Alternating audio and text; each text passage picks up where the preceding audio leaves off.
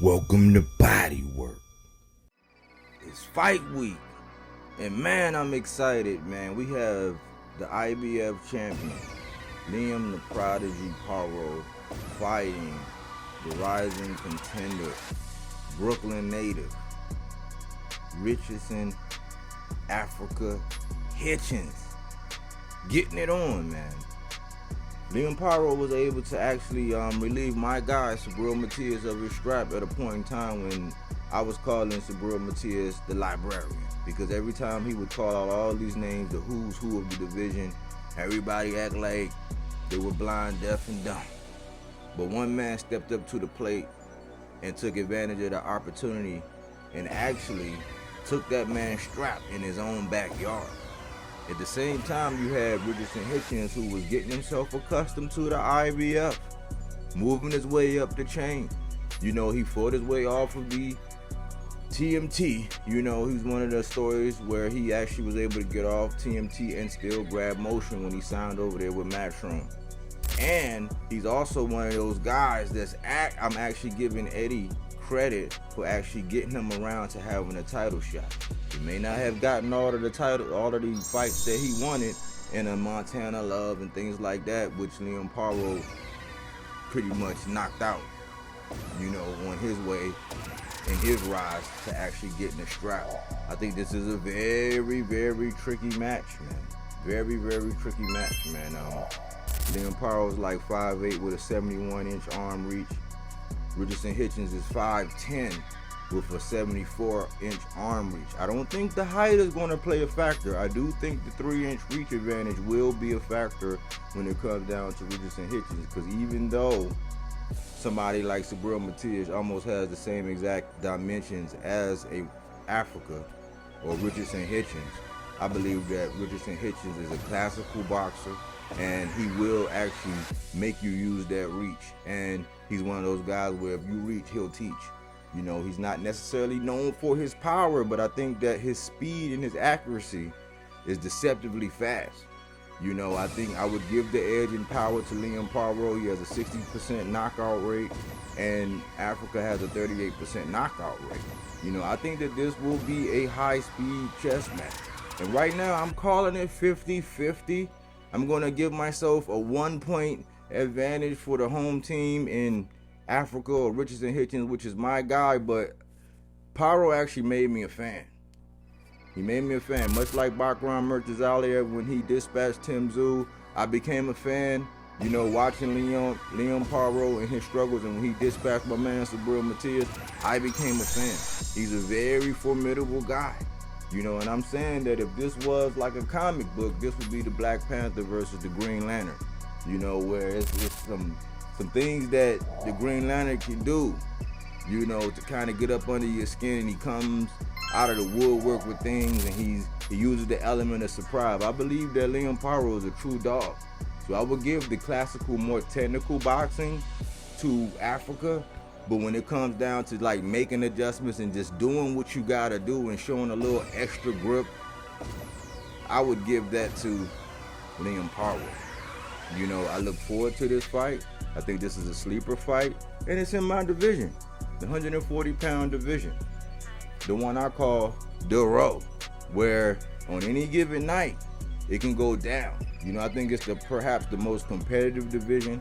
I think 54 is a close second to it, but on any given night, somebody at 140 out of the blue can take over. You know, I don't think that anybody saw Liam Paro as the guy. He was more like a dark horse, and everybody are overlooking and underestimating the talent and skill of a guy like Africa. You know, he's been in the ring, sparred many times with Shakur Stevenson. He's been in there with Tank. They all were friends at one point in time, and he's learned from the best of them, you know, especially when he was over there with TMT making his bones. But what I like about Africa is that he's Brooklyn through and through. He's Brooklyn through and through. He never abandoned his city. You know, he showed that in the build-up that, listen, I've always been in New York. You know, I've always, you know, held Brooklyn a hostage. He even had Eddie out there in the streets. walking around, meeting some people and talking to people and being in Brooklyn out there in the hood, which is a commendable feat to have somebody of that value out there amongst the people, getting to know the community and things like that. So I think that Eddie is doing a good job with Africa, and I pride him on when, in an era where everybody's so concerned with all things foreign, Africa. Richardson Hitchins is one of those guys that actually stayed true. He's one of the ones that's been real.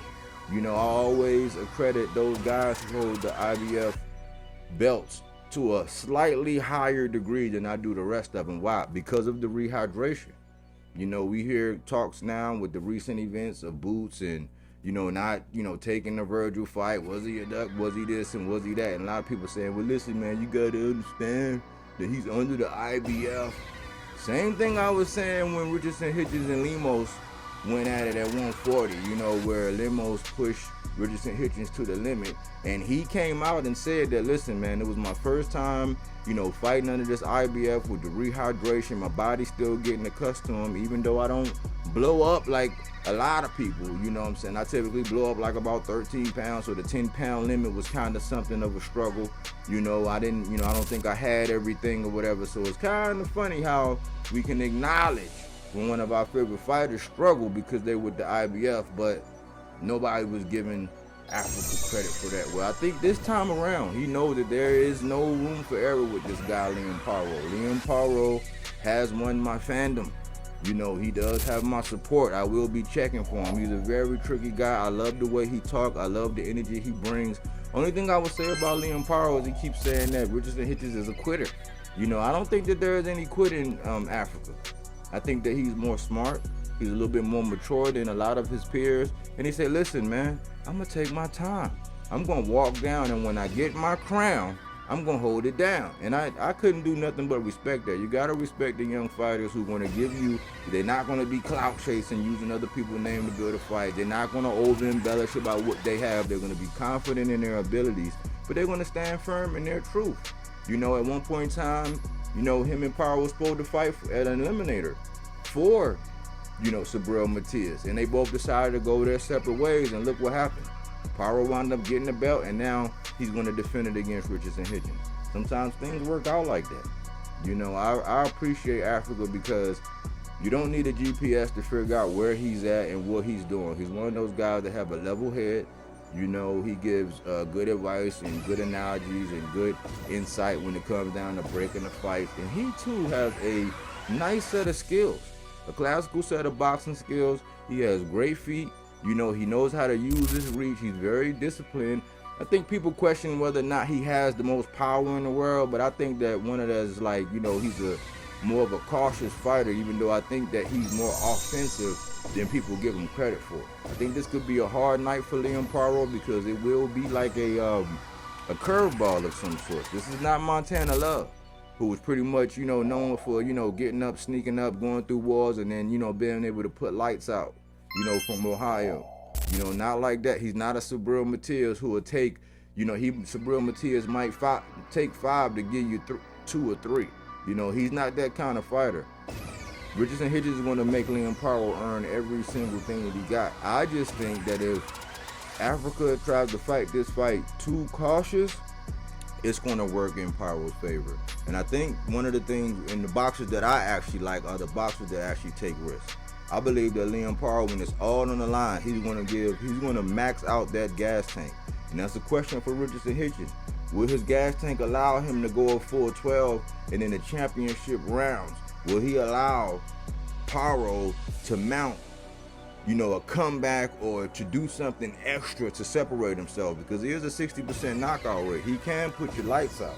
I think that this is probably going to come down to perhaps maybe a drop. Maybe Richardson might drop liamparo or something like that, and he's probably going to win on points if I was a betting man. But this is as close to 50-50 fight that I can imagine. I'm going to put my neck out there and say that it's a 51-49 to Richardson Hitchins, although he cannot fight cautious like he's already won this fight. Because if he fights cautious and he's not, pressuring at times to the fight and making adjustments and being aggressive, they are not going to relieve liamparo of that strap. You know, I'm very excited about this fight. This has big implications for the 140 division. And I would love to know your comments. I would love to know your thoughts. You know, I'm not going to look ahead of this and say, oh, after this and this and that. This is going to be a great fight. I see the young Jaleel Hackett is going to be in the card.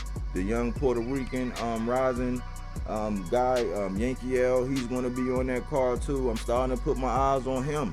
You know, I've been tracking him the last couple fights, and I like his style, and I like the excitement that he brings. So I think it's going to be a lit card.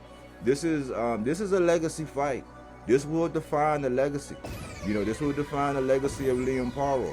You know, people will ask, was he match made all this, or did he catch Subriel Matias at the right time? We're going to see. It's also going to show us whether or not it's Africa's time. Because I do think that once he get a hold of his belt, you know, I think that he has the pedigree and he's allowed himself the time. Because they're both like 27 and 28 years old. You know, they're both mature. I look at them both being in their prime. You know, and I think that if Africa were to get that title in his hand, he's going to take a tough out. He's going to be a tough out for anybody once he gets it. Because they say once you become a champion, you become that much better. Well, guess what? Liam Paro just became a champion. So even since it's Subriel Matias, Liam Paro might be that much better. I think Richardson Hitchins better pack a lunch. He better not take this fight lightly, which I know he's not. You know, and I'm pulling for both of these guys to give the fans what they want. And at the end of the day, I really just want the best man to win. That's all I had today. Thanks for choosing Bodywork Boxing. But we don't take things for face value. We do that body work.